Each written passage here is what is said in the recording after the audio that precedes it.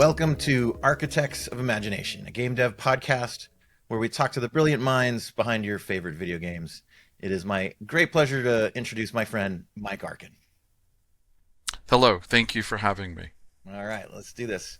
So why don't we start out with just kind of give us an intro. Tell us about yourself, where you're working now, how and then sort of go on a little rant about how you got started. What was your first game? How did you get into game dev? Right. So, hi, I'm Mike. I run a studio called Big Boat, and we are technically we're in Dallas, Texas, but we don't have an office. So, this is my office in my house, and we have people all around the world in different places doing different things. So, how did I get started? Uh, it's like a crazy story. I worked at Acclaim in 1987, and I like literally walked into their office and said, "Can you hire me?" And strangely, they said yes. Awesome. So I don't think it works like that anymore. Um, so I wouldn't try that, but I do. There is that story about the guy in the stormtrooper outfit who did something very similar at Huh. Epic.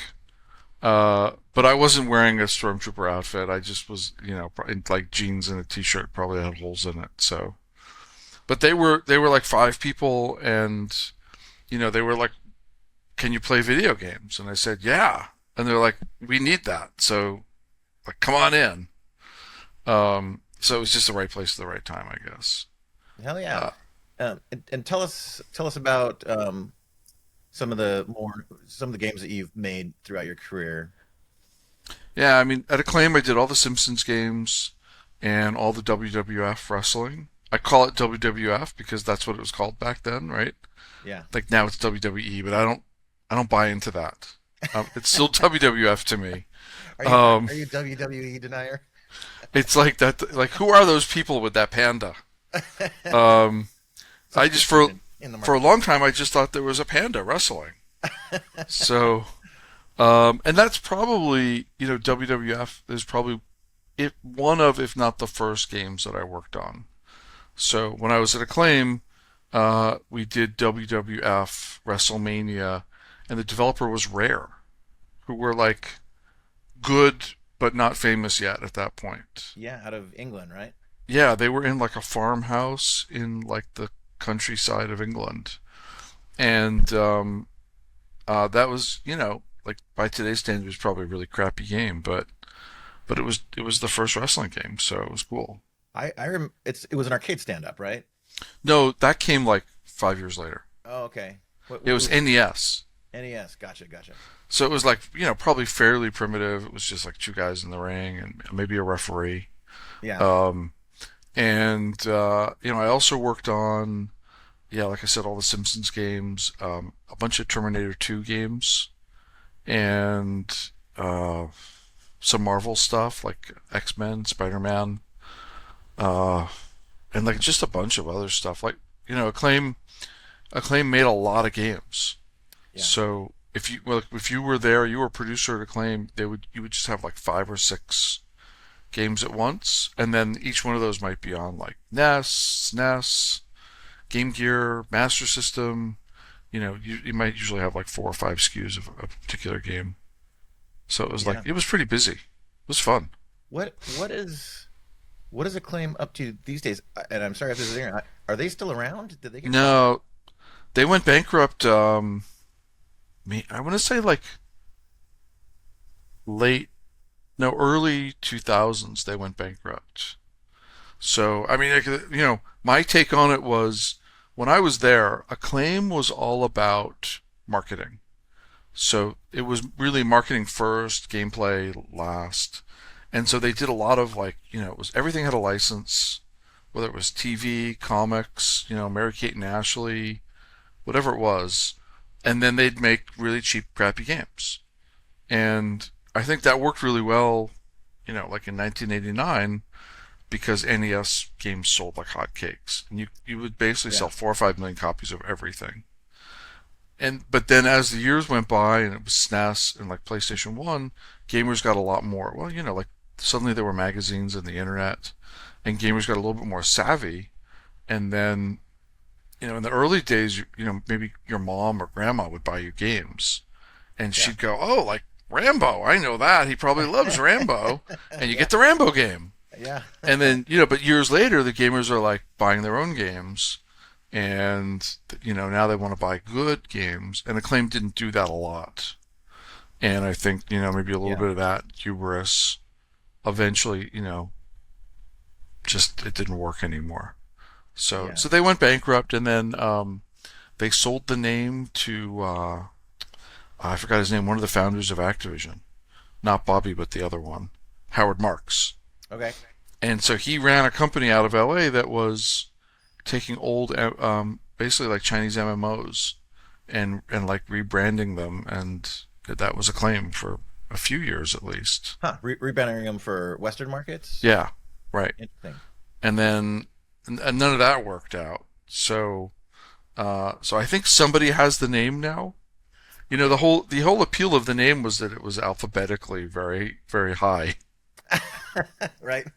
So no, there's this true Right. story was that a bunch of guys came out of Activision in like the 80s, and they started these other companies, and they all tried to like get higher alphabetically than Activision. So there was Accolade, Acclaim, Absolute. I guess Absolute won because it was AB, Right. and and they all knew each other, right? And it was all just one-upsmanship on the alphabetical sorting.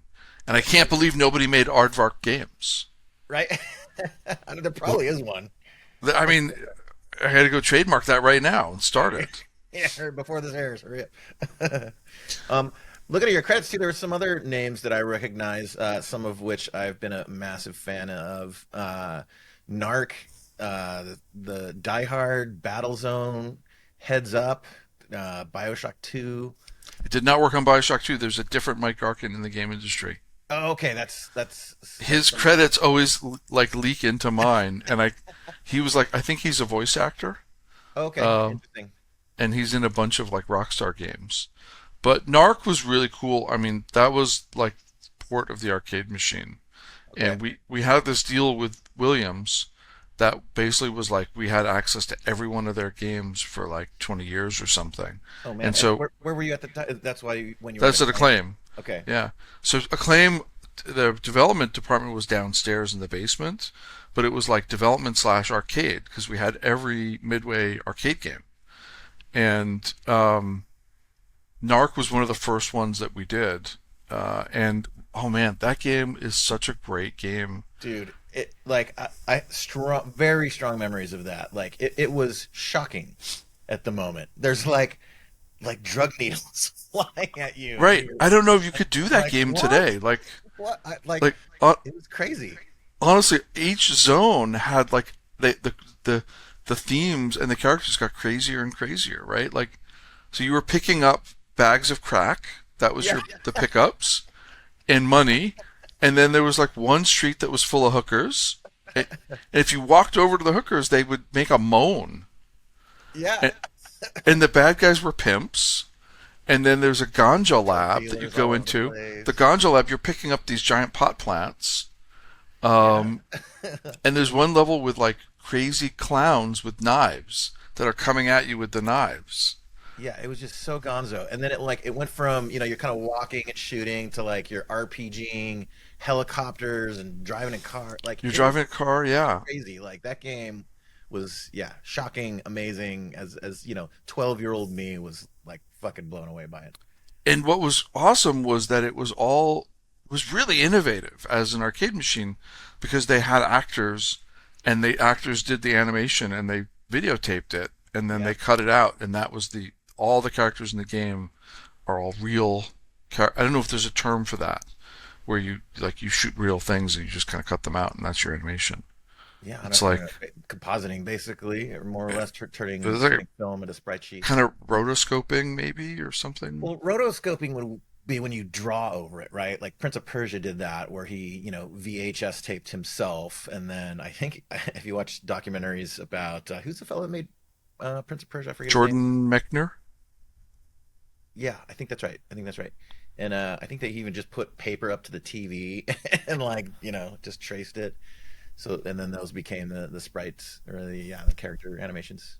So like a little fun fact, like that Narc Tech then that team went and made Mortal Kombat with the same tech where they Okay. videoed the actors, Yeah, the and so NetherRealm games. That's right. Yeah, Mortal Kombat 1 was done in that way too. Yeah, interesting that I didn't know that Narc sort of preceded what happened in Mortal Kombat. That's killer. yeah, same team. And I don't like I don't put Mortal Kombat on my resume because I wasn't like officially the producer. I just like it was a group effort, right? Like there were the actual production team sat next to me, and we'd play the game. Sometimes it was like all hands on deck testing and stuff like that. And there was a arcade machine, like literally it was one of the walls of my cube was the Mortal Kombat machine. Awesome. So we played a lot, and the other one was Terminator 2, the arcade game, Oh which yeah. was a gun game where you shoot and the gun would vibrate. It was like, and I played that game every day. It was so much fun. Oh, yeah. Again, Oh yeah. also video, captured video of the Terminators, and they had models of the. It was, I mean, amazing because all pre 3D. Yeah. You couldn't do rendering or anything. It was just like too early. Yeah. Liu Kang was my guy in Mortal Kombat. Who did you play back in the early days? I think I was a lot of like maybe a little of everything really, but Sub-Zero and Scorpion. I think I like those guys a lot. And Um, get over here. oh yeah, totally. So awesome. And the movie that came out recently, that was super awesome. That was fun Yeah, to I see sort of those old, because like kind of like Goro for in the beginning was, amazing for its time, but like, all right, claymation's cheesy. It's fun to see him like fully realized in CG and realistic rendering. haven't actually seen it. I need to like kind of catch up. Like, Check it out. I really enjoyed it. It was a good time. yeah, I saw the original like from I don't know like 20 years ago, and it was like, I mean, it wasn't a good movie, but I loved Mortal Kombat, so Yeah. it And the worked for me. soundtrack was awesome. But yeah, I mean, we played that a lot, and like a couple of my like really good friends, like guy Dave's my best friend from high school. He'd come from Manhattan where he lived, and he would like just drive in, and we'd just hang out and play video games. Because we had like a whole arcade. There were like 20 machines. At the office. Yeah, so we'd just sit there and play Mortal Kombat for hours, after work, and it Hell was yeah. such a great time. He worked on Wall Street. I remember he worked at a place where he had to pay for the coffee. And then, he'd walk in and we had like, there was a sign like, please do not mix the hazelnut coffee with the regular coffee. And he was like, what the hell? Like, All you can like drink coffee? he couldn't believe it. We had like, sodas and snacks and, it's so funny. Like that was the one thing that he noticed, right? It was like, this place is insane. Free video games and free hazelnut coffee. Yeah. Man, the era of putting your quarter up on the arcade cab at the liquor store. Right. Well, that's how we grew up. That's the Yeah. golden era of video gaming. In like in New York, it was like there would be like these little smoke shops, right, that sold like bongs and pipes and rolling paper, and there'd always be like three or four arcade machines. So you'd go in and play like Dragon's Lair. That's what I Yeah, remember. cool. Um, yeah, but like I'm looking at the list. I'm trying to think what else I worked on at Acclaim. I mean, it was Right. like I worked on a lot of games at Acclaim. It was Yeah. crazy, and I did a lot of stuff that was like where they needed people to figure stuff out. I was always the guy that like would figure stuff out. So it was a lot of fun, and Oh yeah. I just worked like that was my whole life. Like I didn't have a social life or anything. I just I was like I work in a building full of video games. Like, what do I need? 18-year-old me, right? Was like Hell yeah. I've achieved my life goals at this point. Like I'm done. Nothing more to aspire to.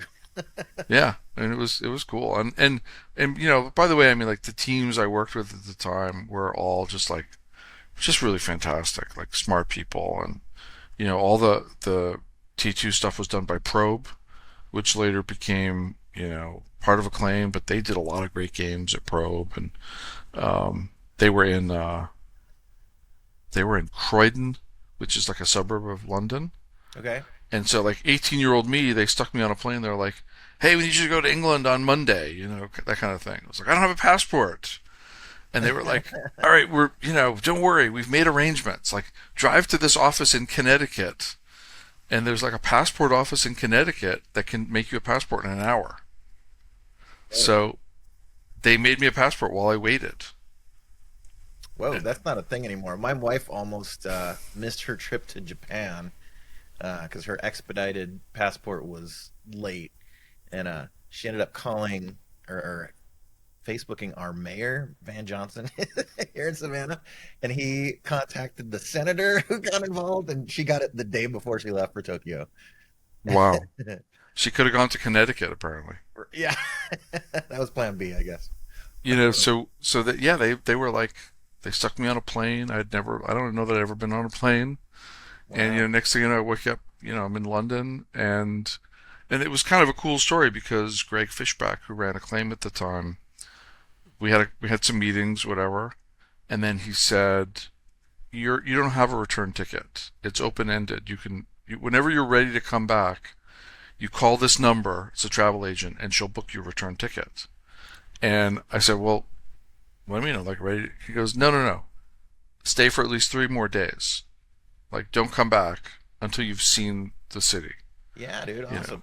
And I Great. was like, what's happening here? It was kind of weird because I was by myself. So I ended up like the first night. I was like, I didn't know where to eat. I ended up eating at like a Chicago rib joint in London. So that was like, my taste of London food was ribs. Man, you gotta get Indian food while you're there. That's the best. Spoiler alert, I didn't. Yeah. I was like, I didn't even know that was a thing. I don't think I knew that there were Indian people, much less Indian food at that point in my life. Right. If you said Indian, I would be like, oh, like Like Native Native. Americans? Yeah. I had a similar anecdote. I was working at Wild Tangent up in Seattle in like early 2000s, and we did an off-site project embedded in some company for like two. They gave us like a day's notice and like, oh, you're flying to DC, Virginia, whatever. And we were there for about 2 weeks. And on the last day, he showed up and they did the presentation. And the CEO, Alex St. John, he thanked us for just doing this, on a dime. And his thanks was, he's like, all right, well, so because we appreciate what you did, we're gonna send you out on the town. It was Halloween night, and we missed Halloween back home. So he's like, we're gonna send you to downtown DC with $1,000, but the deal is you have to spend all of it tonight. So here's the dumb way that turned out.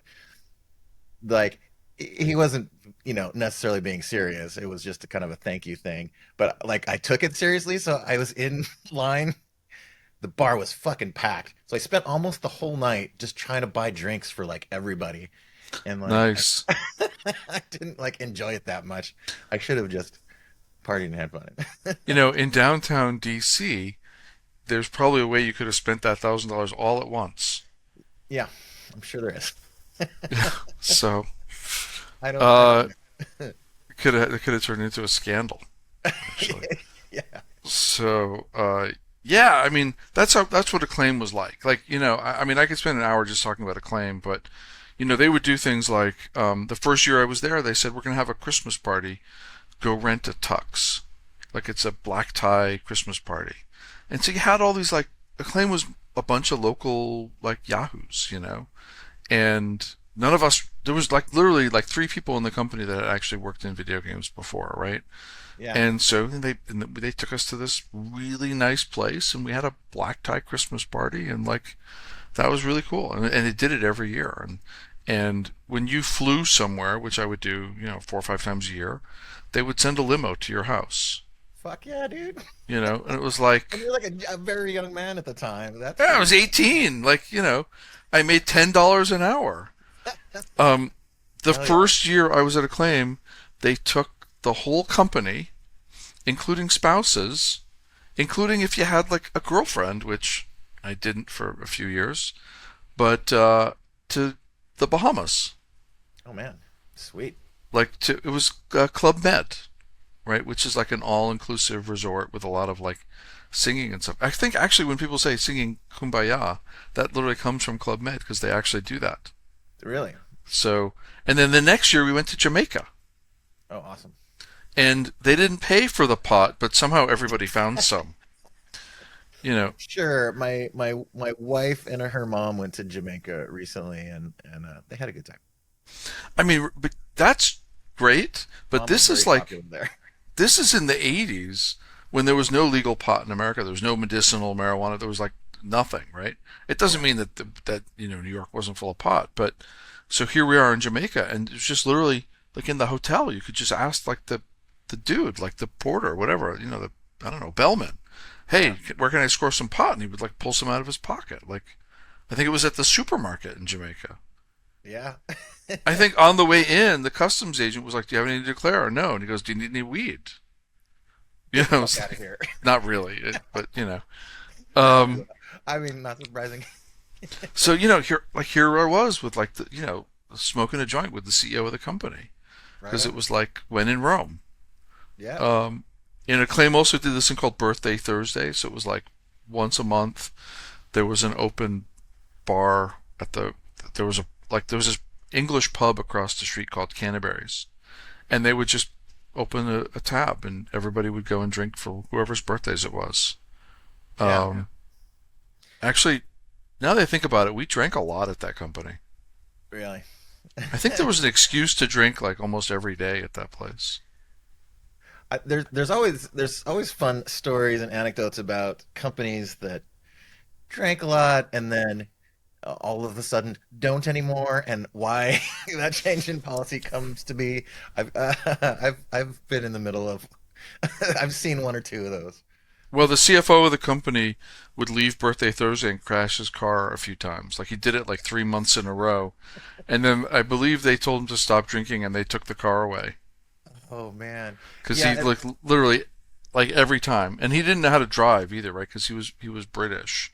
And he'd come to America having jeez. never driven a car before. Oh man, yeah. The more responsible flavor of that at a studio that I worked at had they sort of insisted that if you got a little saucy, that you cab home and they pay for it and you get your car later, and that's probably more an HR approved policy. Yeah, that makes more sense. Yeah. So I mean, but it was a wild place and there was like a lot of like, literally sex, drugs, and rock and roll. Yeah. All right. So I left there and I went to Sony, went around the time of PlayStation 1, and that was really cool, except Sony was kind of weird. And so I got a bunch of projects that were all Sega CD, and I was like, wait, where's this PlayStation thing? Like, and they were like, oh no, we're not doing that yet. It's like, yeah, but those guys next door are. Because like we were like next door to the people like quote unquote making the PlayStation. Yeah. Um, and so I was like not super excited about Sega CD. Uh, but I worked with Psygnosis, which was like a really cool Oh, company, dude, and legendary. Out yeah, of London also, right? they were in Liverpool. Okay. Yeah, Wipeout. Well, one of my favorite games. yeah. So This would have cool. been like a little bit pre-Wipeout, but they had done a lot of cool like Amiga games and they were really digging into the Sega CD. So we did a game. It was Mary Shelley's Frankenstein, and it was cool. I mean, it was like you'd walk around in a map and collect things and like do like kind of adventure game things, and then when you encountered a bad guy, it would go to like a Mortal Kombat like side to side fighting game, Yeah. and you'd like Cool. kick some dude's ass, and then you'd go back to like collecting, you know, like it was like like I don't know what you call it, like a game where you collect things and put them together, like almost Like like crafting, crafting. Yeah. and you made the keys, you could unlock the door, and then you'd fight like a guy with a hump or something. Actually, I don't remember. It was so long ago. I actually have no memory of that game. Let's switch gears a little bit. Tell us. Do you have a favorite game? I mean, how do you? What is a favorite game of all time? But something that you have super fond memories of. What are you playing now? So, one problem with the question of like favorite game is that I literally play tens of thousands of games, right? Like it's just Yeah. like I got to play everything, and then I'm constantly having anxiety. Like there's something like a big game everyone's talking about that I haven't played, and like honestly, I've never played any of the Zelda games since like the original NES Zelda, and it gives me like constant anxiety because like some people I know are talking about the new ones coming, and I'm like I still haven't played Breath of the Wild, but I really want to. So like favorite game, I don't know, I loved XCOM. I loved all the like the original XCOM and the remakes of XCOM. Yeah. I Good really track. liked that formula, like the kind of tactical strategy and leveling up your troops. Um, Doom, like I played a lot of the original Doom, like just for years, and um, and then there was all this stuff about how John Romero's like kind of not a nice guy, and then I met him, and I was like, he's like a super nice guy. Yeah, I've actually heard the opposite. I've heard he's super sweet and amazing. Yeah.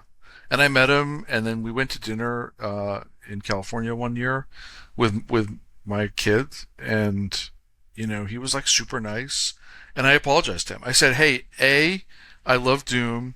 Like when I like had when I was unemployed for a little while, I just played a bunch of Doom, and it like made me feel better. And like and I'm sorry for like thinking you were a jerk, like because there was all this stuff about Daikatana, right?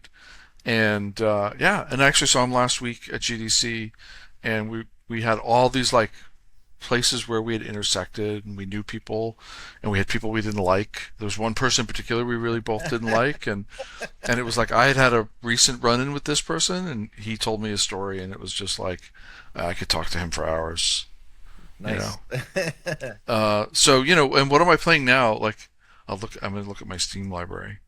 Um, I play a lot of Vampire Survivors, which I love to death, Yeah. and I am determined not to like stop playing that game until I unlock all the achievements. I think I've got like 8 left. Oh yeah. Um, Grim Dawn is like a Diablo like game that is just so well made. I actually didn't play it for like a while, and then I started playing it again, and I realized like I was hours into my second time playing it, and I realized I think I actually finished the game the first time. But you can just keep playing. You just keep going and like fighting stuff, and I was like, now what am I gonna do? There's kind of a morning too, right? When you finish a game that you've really just, gotten sucked into and then you complete it and it's like what?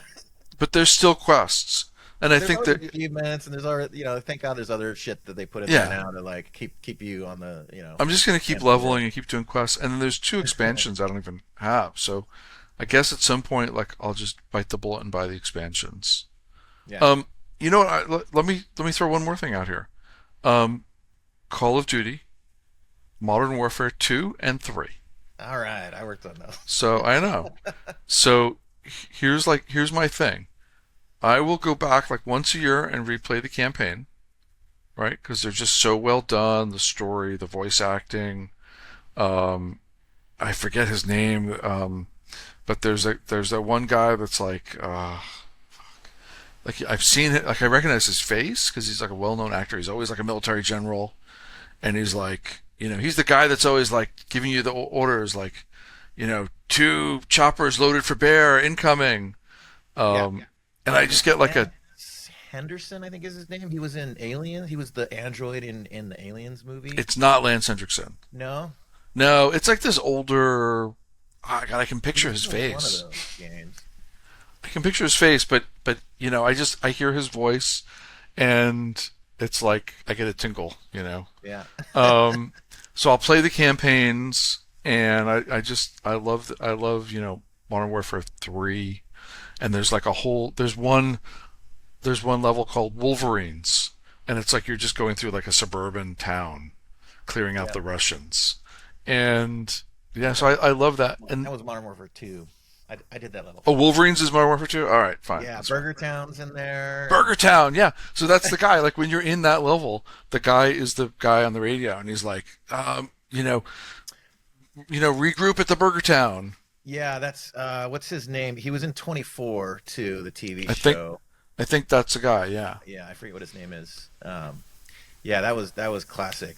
Yeah, I set the tree on fire. The downed plane crash with the smoke coming off of it. I did all that. I was proud of that. Yeah. I mean, so and the other thing is that both of those games, 2 and 3, not the first one, but 2 and 3 have a co-op mode called Spec Ops. Yeah, super fun. And It's like a co-op, and there's different flavors, and there was like wave defense stuff. yeah, so my friend Dave, sorry, cut. You'll edit that out, right? Yeah, So my friend Dave, who I was saying used to play, Mortal Kombat at the office, we started playing Spec Ops, over the internet. And when Modern Warfare 2 first came out, we played through every Spec Ops mission together, and it's a unique gameplay experience because it's co-op, but each Spec Op mission is like a finely tuned scenario that yeah, requires two people. yeah. And some of them are just clearing a room, right? Like where you have a whole plan. You clear left, I'll clear right, that kind of thing. Then some of them are like one guy's in the helicopter shooting with Yeah. the minigun, and the other guy's Coordinating on all the of that. ground. And you have to use voice comms, which was not really as common back then. So we would play on cell phones. We'd literally Okay. have my phone in my ear, and I'd be like, "Okay, go left." And then they added, like Steam added voice chat, and everybody's got voice chat now, so it's not a big deal. But we probably, I would say, like every 18 months or so, I'll say, "Come on, let's just go play some Spec Ops." We'll reinstall it on Steam, and we'll just jump back in and play some missions. Yeah, awesome. I'll give one other anecdote too. The No Russian level, which ended up getting some press. I worked on that with the designer whose name was Mo Mohammed. Hmm. Uh, and yeah, I remember we were making it. You have to play through it like a million times to like get each little thing. I remember when he put in the like you're going down the escalator, and then all the flight times switched to like delayed, delayed, delayed, delayed, delayed. Oh, man, like I was like, holy shit, that was so rad when you put that in. Yeah, I love that level. Just because I don't know, like sometimes you just have to do things different. And I know there was a lot of controversy, and I can't imagine the conversations that must have happened at Activision. The first time somebody saw that, they probably were like, "Oh, we can't do this. Like, what the hell?" Yeah, I'll actually tell you that it was one of the devs on the team internally who led to what ended up being the skip it dialogue box. So at the beginning of the game, like the intro credits roll, the little intro animation stuff, and then there's a dialogue that's like, at some point in this game, there will be a thing that you might not want to play. That's whatever the wording is. You can skip it and it won't affect your gameplay. Yes or no. And then when the level comes up, it does it again, confirm or deny. And the player, the it was one of the engineers who he took issue. He's like, I don't want to do this as a player. I don't want to be part of this as a developer. So that was the sort of compromise. And another bit of it too, that we play tested different flavors of that, but yeah, it sort of landed at you have to shoot your gun. You do not have to kill anyone.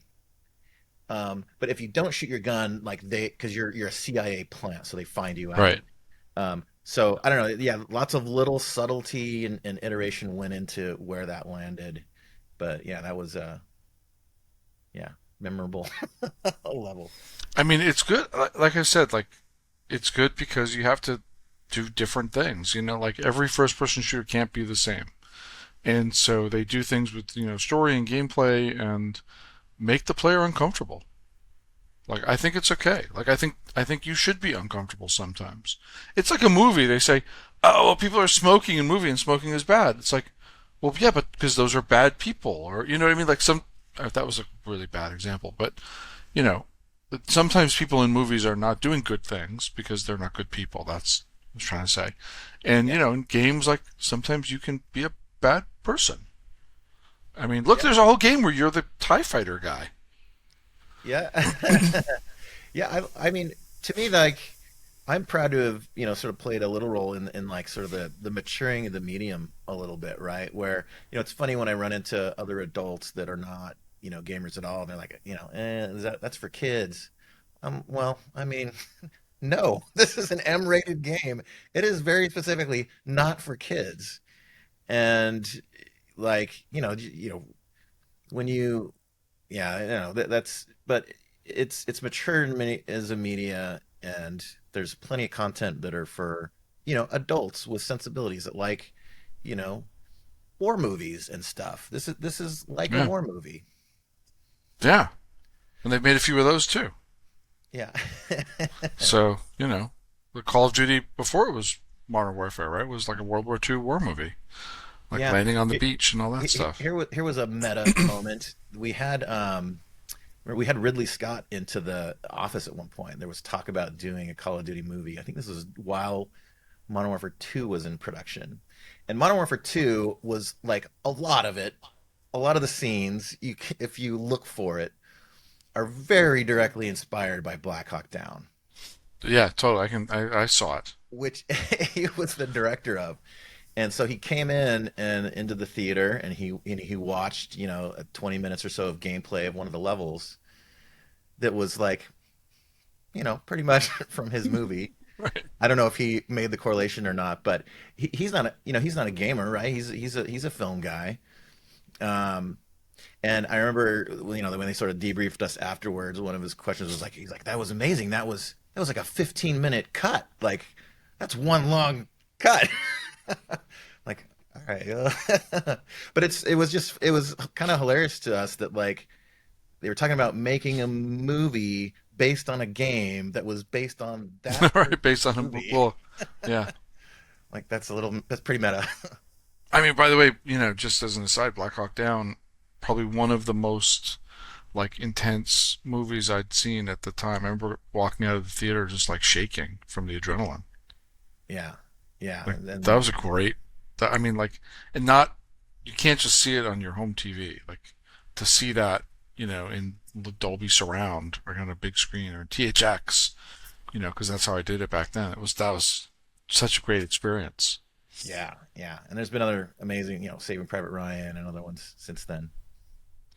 The joke was like everybody went to see that movie. All the girls went to see it because they liked Matt Damon, and then Yeah, they get to the first scene and they're like crying because that was not what they expected. yeah, Like, wait a minute, we it's just we thought Matt hardcore. Damon was cool. Yeah, Yeah. amazing. Taking a lighter note, give us an anecdote. Tell us that funny stuff and shenanigans goes on all the time in game studios. Tell us about some stupid shit that's Oh not God, I mean, usual. anecdotes. Oh Not boy, not not don't too crazy, but don't get me started. I gotta think. I gotta think for a second. Of something. Oh boy, I should have prepared for this part. He wants an anecdote. All right. Oh, I've got a Simpsons anecdote. yeah, Uh, so when I worked at Fox, we had all the Simpsons games, right? And so we'd watch the Simpsons every day at lunch, and we had like a whole like VHS libraries before there was like DVDs and stuff. And we'd always watch. And our favorite was Ralph Wiggum, because Ralph Wiggum would just be all these like he would make these one-liners. And there's one time where he like falls down with his diorama, and he's like, "I bent my Wookie," and that was just our favorite. We just like constantly just say Ralph Wiggum lines in meetings and stuff. So somebody goes to a meeting with Matt Greening, and they're like, "Oh, we really like this line, I bent my Wookie," and Matt gets so mad, and he's like, "I fought with the writers about that," and like he goes, "It doesn't make any sense. You can't bend a Wookiee. It's not a thing. Like here's an action figure. It doesn't bend. Like you'd break it. Like I fought with them. They made me do it because it's funny. And like don't bring that up again." And our boss was this guy Paul, and Paul was like, "Don't upset Matt. Like come on, guys. Like don't ever mention that to him again. Like don't even mention anything to him. Like whatever." we're putting it in the game. It's like a month later, we're in Toys R Us. We're in the toys section, and there's Simpsons toys, or there's like Star Wars toys, and there's literally this thing that says "bendable Wookie," And we're like, oh, we're buying that. So we buy like three of them. And it was, remember they had those toys where there's like a wire inside the toy so you could bend it and it would hold its shape? Yeah, yeah, the Elastic Man my brother had. So, a couple of weeks later, we go to a meeting with Matt. And, my friend Gary's got the Wookiee like in his pocket, right? And he's like, I'm going to show him, I'm going to show him. And Paul's like, don't show him, don't show him. He's like, do not mention Wookiees. And, Gary whips it out and he's like, hey, look, Matt, it's a bendable Wookiee. And, Matt was really like, he really liked the merchandise. And what Matt loved was all the fake merchandise. So Okay. he'd go down to Mexico and he'd buy like all the like fake Simpsons merchandise they'd sell like in Tijuana. And, I mean, it was great because it was so bad. It was like Homer Simpson, but like as drawn by a child, that kind of, Yeah. weird merchandise. So he got all excited and he was like, "Oh my God, they were right. You really can bend a Wookiee." He was like, "This is amazing." He's like, "Can I keep this? Like, this is awesome." Meanwhile, Paul, the boss guy, was like mortified. He was like, "No, oh my God, no, he's gonna hate us." But no, but Matt was like super excited about the bendable Wookiee. Awesome. So, it was, I mean, it was just like, there was a time when I wasn't like in charge of anything and I didn't have to worry about money and stuff. Where making games is just super fun, and we'd just do so many fun things, meet fun people, and we met Ice-T at the whatever it was called CES show, Yeah. and like I walked up to him, we were in the porn section, right? CES had there was a porn show next to the video game Yeah, show, that's right. Yeah, every and year they were at the same time. and somehow your badge worked for both, like. Really? And I went in there, I'm just like walking around, and there's Ice-T, and I was like, "Hey, Ice-T," and he goes, "Oh, Fox Interactive." He goes, "I've been trying to meet with you guys." And I'm like, "All right, here's my card, come on in, like whatever." And he was like super cool, and he came in, and he pitched us. He brought in a whole deck, and he pitched us as like an arcade machine that was a music machine, and it had a Okay. guitar, and it had a DJ thing that you would like do all these things, and it was some kind of a video game. And we like laughed at him. We're like, "That's the craziest thing ever." And we laughed at him. He was Billion fucking. dollar idea. He was pitching us fucking Guitar Hero, like, like in 1991 or something, Man. Uh, and that was like it was Guitar Hero and DJ Hero, like all in one, like, Wow. and it was probably like a pretty good idea. Ice-T. Man. Um, we also had Sandra Bullock's dad came in. Okay. So Sandra Bullock apparently was the number one, like, searched celebrity on the, as of then, very small internet. Right. And she did a lot of movies for Fox. So Fox was like really about like keeping the talent happy. They didn't give a shit about the video games, right? They would literally tell us, "Go make a game. We don't care if it makes any money, but because the celebrity wants to make a game, you have to do it." And so they were like, "Sandra Bullock's dad wants to come in and pitch something to you, Okay. and we don't care what it is, you're gonna do We're it. doing it. Whatever, like My you got to dad pitched keep, me a game once too. the star of speed, right? Wants Yeah. a, she gets it." So dad comes in. It wasn't a game. It was like his pitch was repair manuals for military vehicles on a computer. And that was his whole pitch. And we were just like, wow, wow, we can't do this. You know. So I think Somehow. we didn't do it. Like, but I think there was like people had to think about it for a couple of minutes before we could like pass on it because we were really like supposed to do it, whatever it was. Yeah, my dad pitched me in a game that was, a philosophy that he was studying at the time, and sort of demonstrating the benefits of this philosophy. I'm like, oh no, Was it Scientology? no, no, it wasn't. It's not Okay. one with a name that you would recognize, but Well, Scientology is um, the only one I know. So yeah. Let's switch gears again. Let's talk about most of your career. You have served as a producer. You are a CEO now. Let's talk about producers in the games industry. What makes a good producer? What are some things that producers get wrong? What are like important lessons you've learned in time as a producer? I wish I knew. I mean, honestly, if you could tell me, I'd be very happy. No, I'm joking, kind of. Well, maybe, I don't know. I mean, like I worked as a producer on the publishing side, which is actually a fairly easy job, because you just hire a team and then you just like watch what they're doing, and I mean, if you have a good team, it's really easy work because you're really just supporting them with like, hey, what do you need from me, kind of thing. Yeah. Um, and I think, for me personally, like I just had a really good eye for games, and I knew I could sit in a meeting and people would pitch new things like, hey, let's do this thing that's never been done before. And I think I had a decent intuition where sometimes I could just say, look, that's not going to work, you know. And I think a lot of times that's what I would do. I would just literally just, I'd have one or two things I was like, I really don't want to do that, but I really want to do this. And, trying to convince the team to do it without having to say, well, you have to do it because I'm paying for it, right? That would be a Yeah. last resort, which I did a few times, and doesn't go over well at all, for sure. Like nobody likes that. Um, and I mean, a lot of times it's like on that side, at least, just coming up with the idea. It's like at Acclaim, it would be like, here's this license. What do we do with it? And I don't know if people realize, but a lot of games are derivative. So Sure. a lot of times it was just like, what game are we going to rip off? It's Homer Simpson in Crazy Taxi. That one wasn't my idea, but so a lot of times, especially at a place like Acclaim, it was just like, what game idea can we pair with this license? Um, and then at some point when I went to Activision in 1997, I crossed over to like internal producer, leading an internal team, What games were you on at a, Activision? a Battlezone.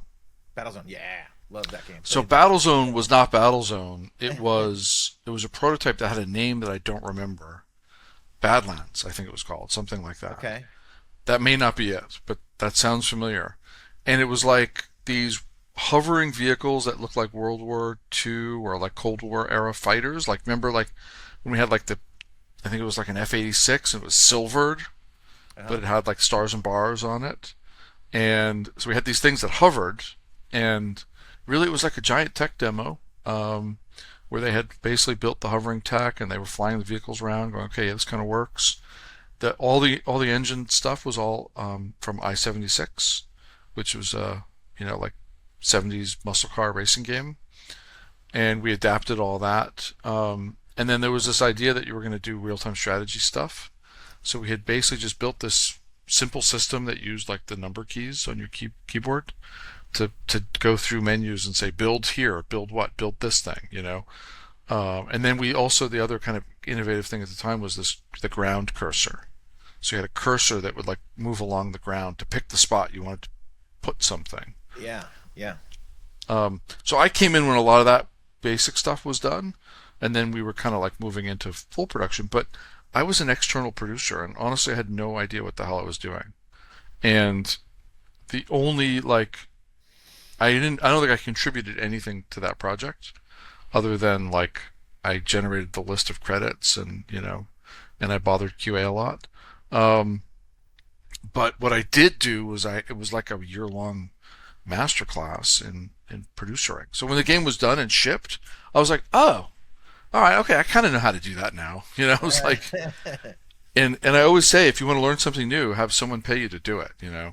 Yeah, And for sure. and Activision did, and I feel bad, and I've apologized to a few people on the team occasionally, like, hey, they hired me to this job that they shouldn't have hired me. Like that was really dumb of them.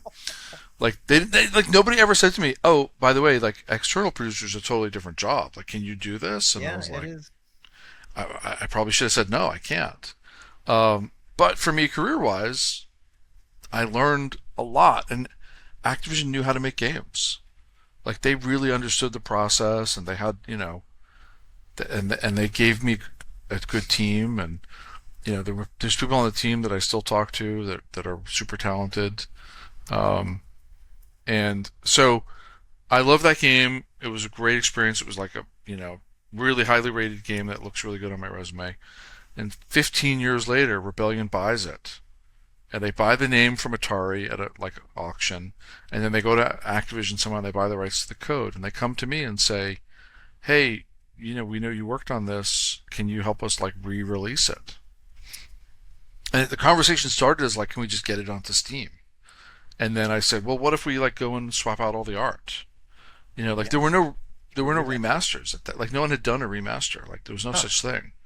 And Interesting. I said, yeah, what if we just go through and like swap out all the art? And they're like, okay, sure.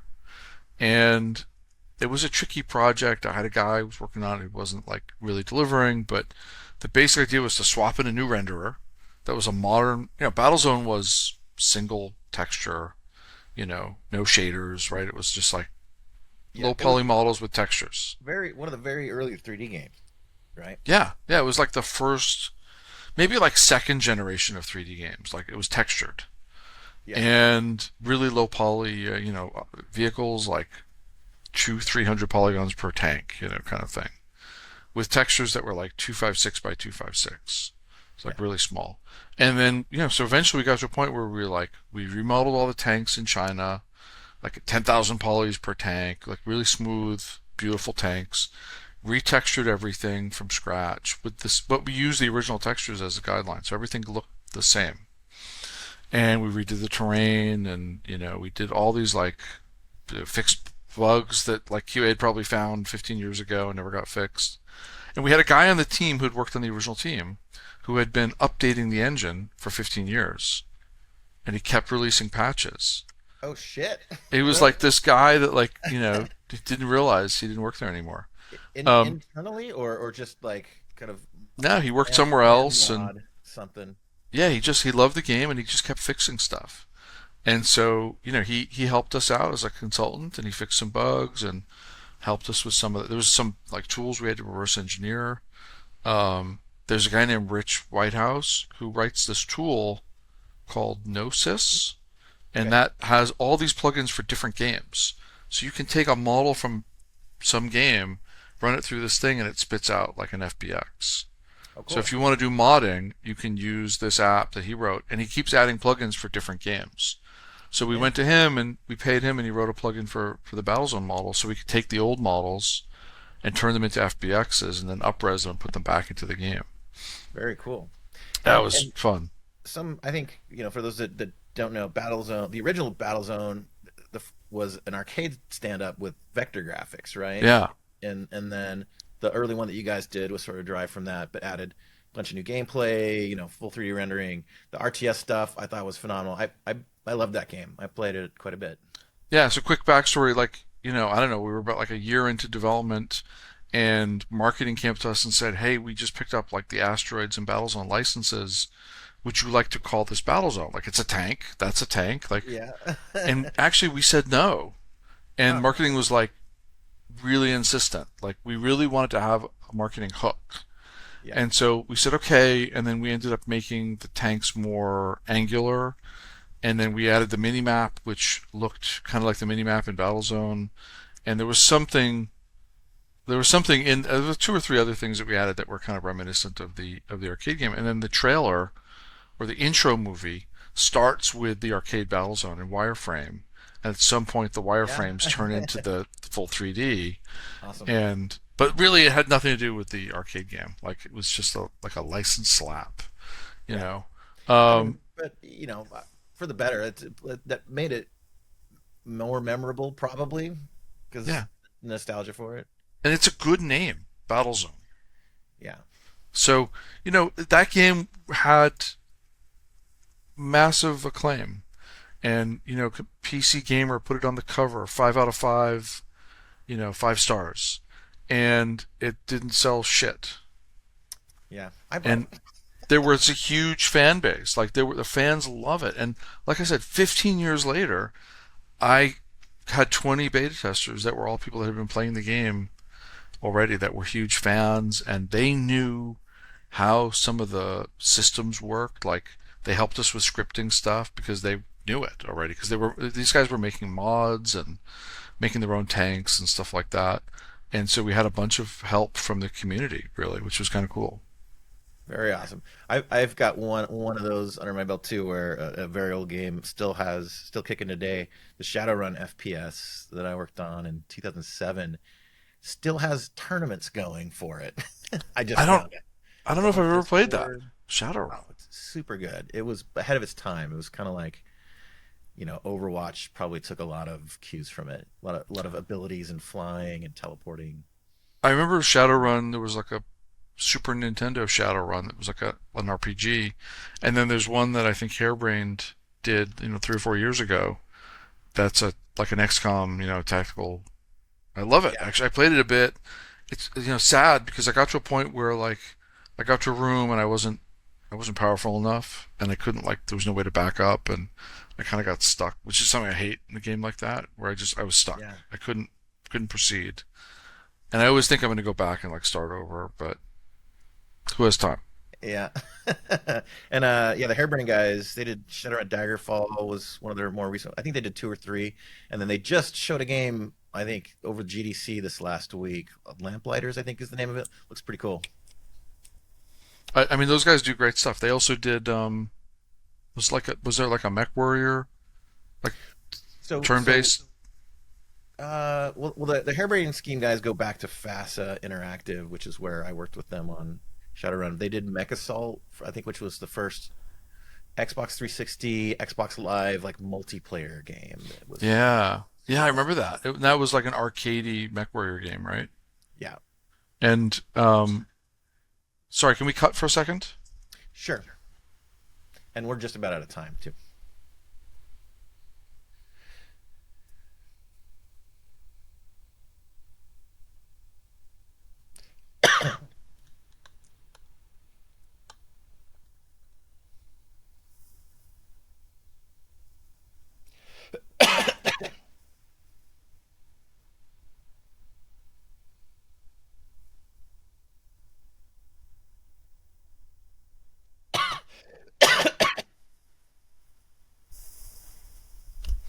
I really need to get a red light outside my door. Yeah. Like my dream is, and I'm sure it exists, is like a red light with a button, and I can just press the button on my desk and make the light right up that says, um, "Please don't come in here with trivial nonsense." I'm supposed to switch to another interview right now. Let me Oh, is our time ping. up already? Yeah, yeah, let me see if it's okay if I punt the next one a little bit later.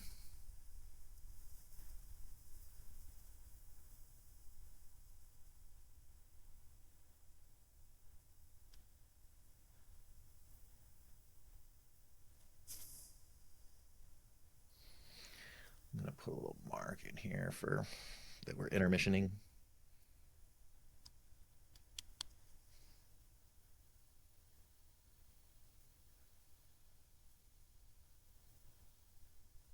Okay, he said take your time.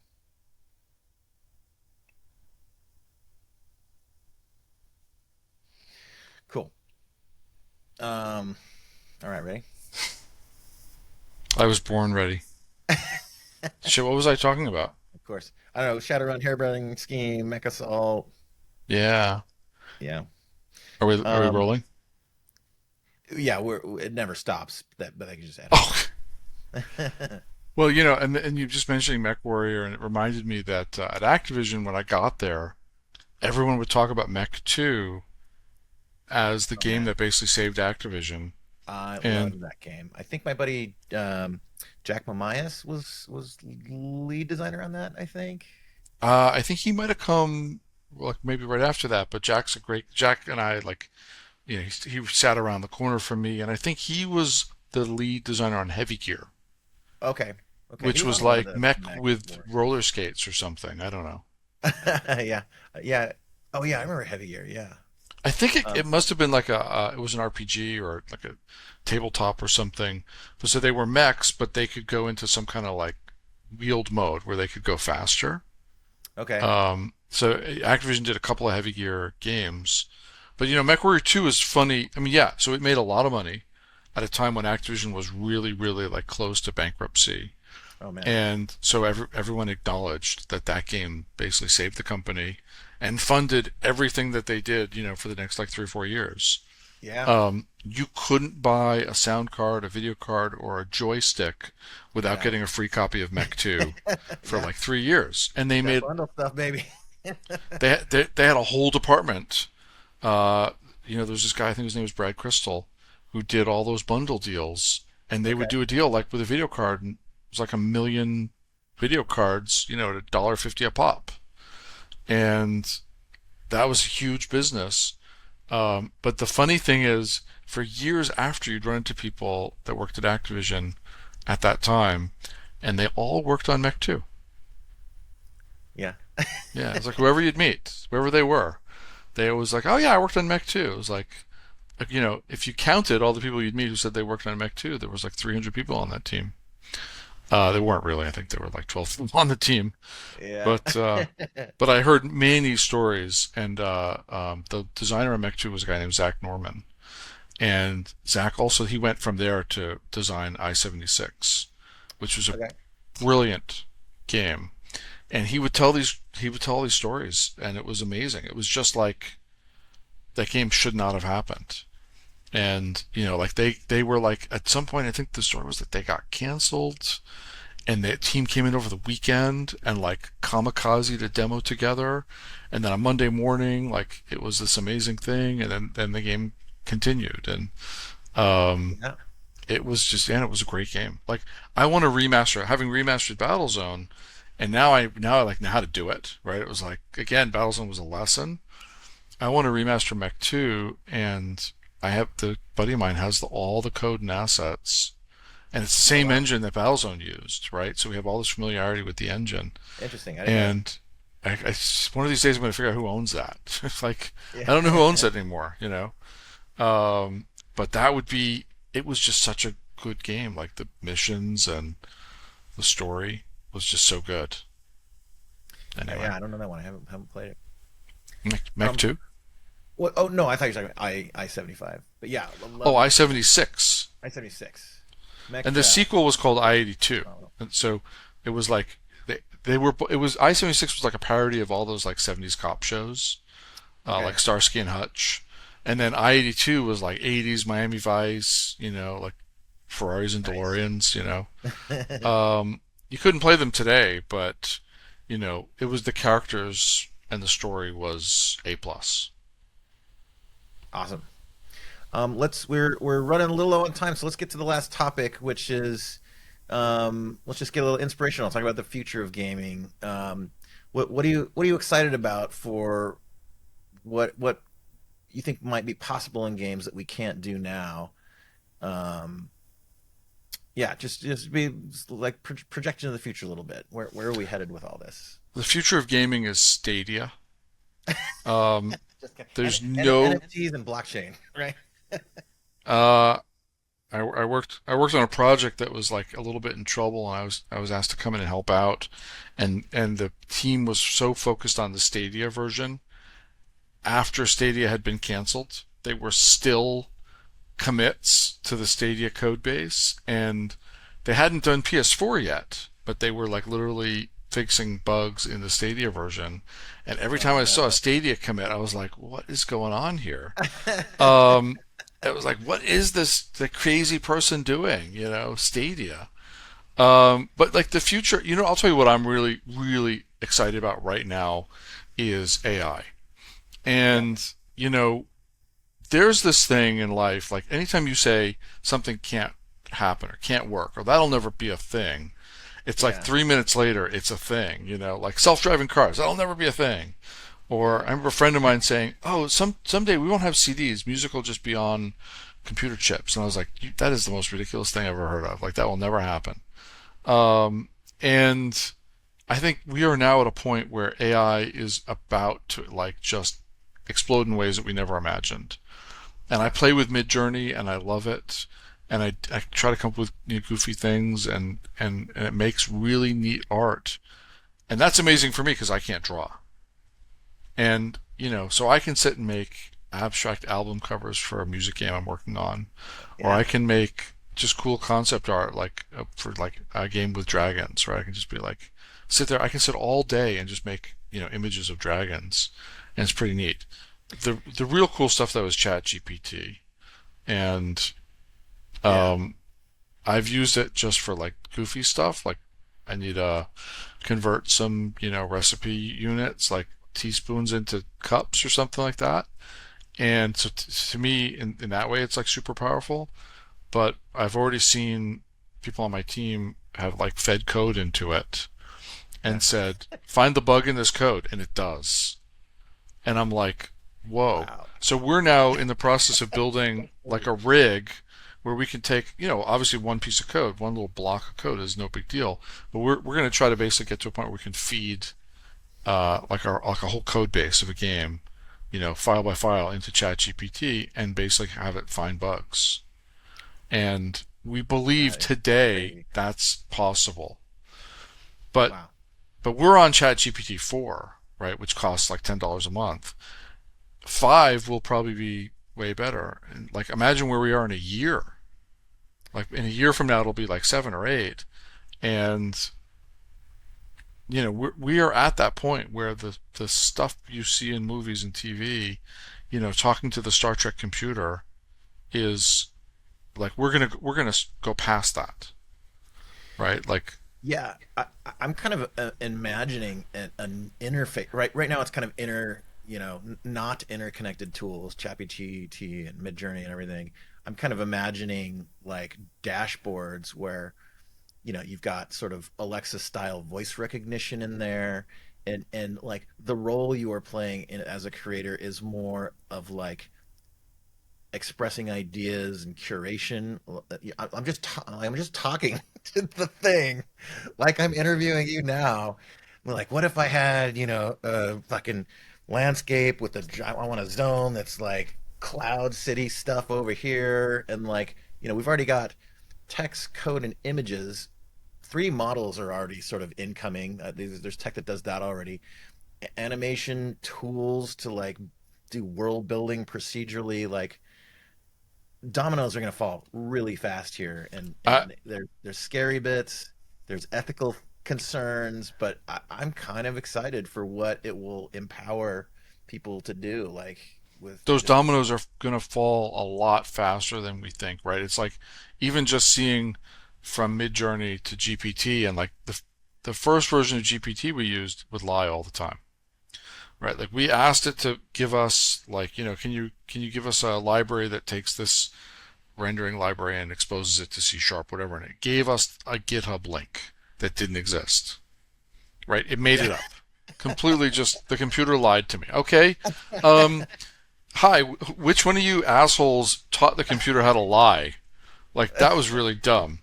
But then, moving to like, the next version, now we're, at 4, we have it writing code that is like production code. Like, it's something that I took. My kid is 14, she's taking Python in high school, and I was like, hey, those like times you've come to me with a bug, like, and you couldn't figure it out.